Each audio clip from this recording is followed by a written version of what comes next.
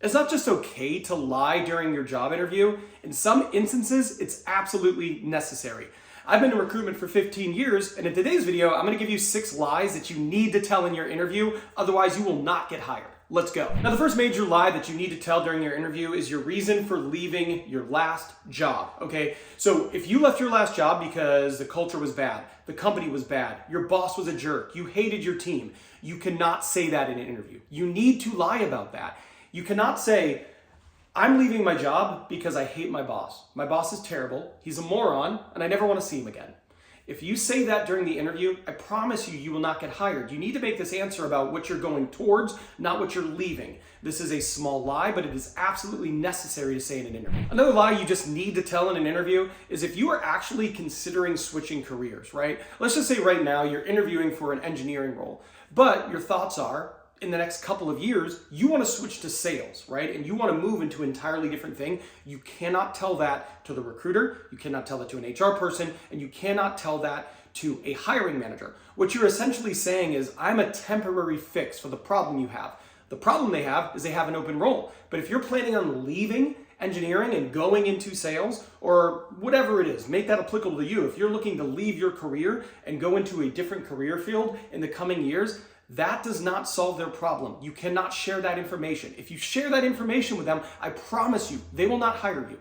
You probably want to make more money in your next job offer, right? Of course you do. That's what we're doing this whole thing for. Well, if that's the case, and that's you, I want you to go down to the description box and click on that link for my full salary negotiation guide. It is an incredibly powerful guide that I put together that has 9 customized videos that teach you how to create leverage, negotiate your offer, and counter offer an offer to get more money in your next job interview. If you use those techniques that I share in that, you can make an additional $10,000 on your next offer simply by using those strategies. Go check it out. Okay, the next thing you need to lie about is how many companies you're interviewing with or have offers from or you're in process with, okay? So here's the thing. Even if it's like your dream job, so like I'm interviewing with like the Chicago Bears or I'm interviewing with like Disney or Nike or something like that, I should not say to them, this is the only job I'm pursuing, this is it for me. That sounds like it might be good, but it might seem like, oh, well, what's wrong with this candidate? Why do they only have one interviewing process? You know, is other companies not interested in them? That's not good either. What you also don't want to say is, yeah, I've got like 10 different companies I'm interviewing with, I'm close to getting an offer from a couple of them.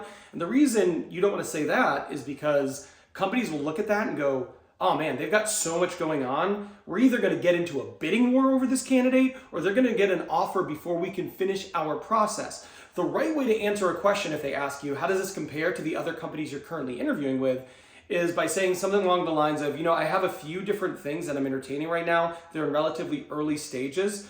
That right there is how you say it. And then if they follow up and go, okay, well, how do we rank compared to that? Be like, you know what? It's still very early with the other opportunities, but I am very interested in your role. That is a great way to answer it. You don't make it look like other companies aren't interested in you. You're not eroding your leverage.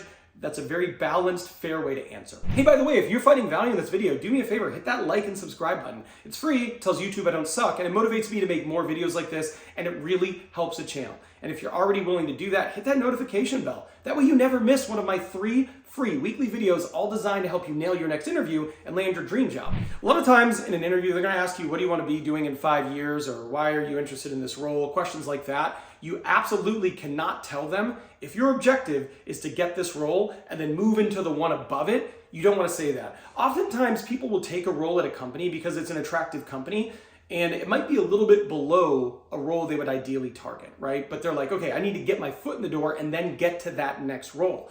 There is nothing wrong with that. There is something wrong with being honest about that in the interview, because the hiring manager, the recruiter, HR person, they want to believe that you want the role you are interviewing for and you're going to be satisfied with that role for the immediate future.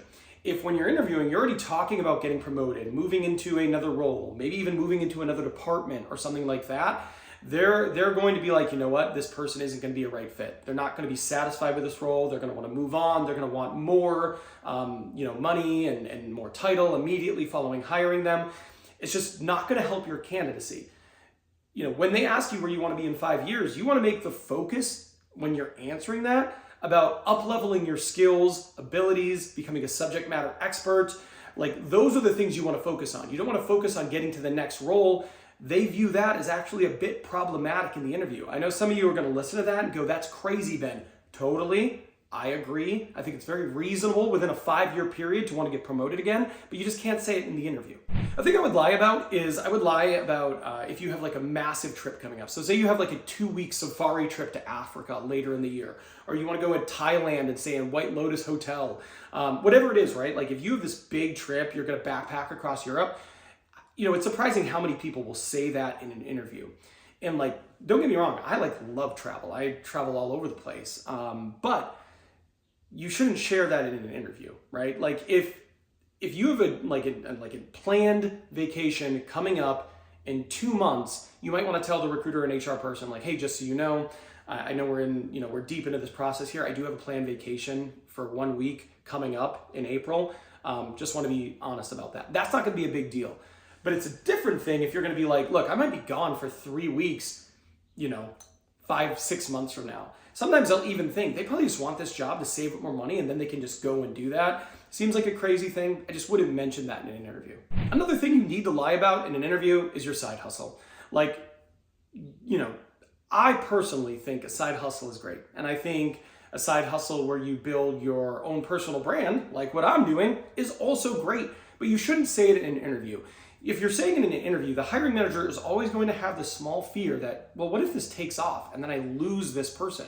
Or what if this person is going to be focused on their side hustle instead of doing their job during the workday, right? There's all kinds of fears they might have that, honestly, are rational, right? Those are fair things to think about. So it doesn't help your candidacy. I have really never had a candidate who was massively helped by having a side hustle that they shared during the interview.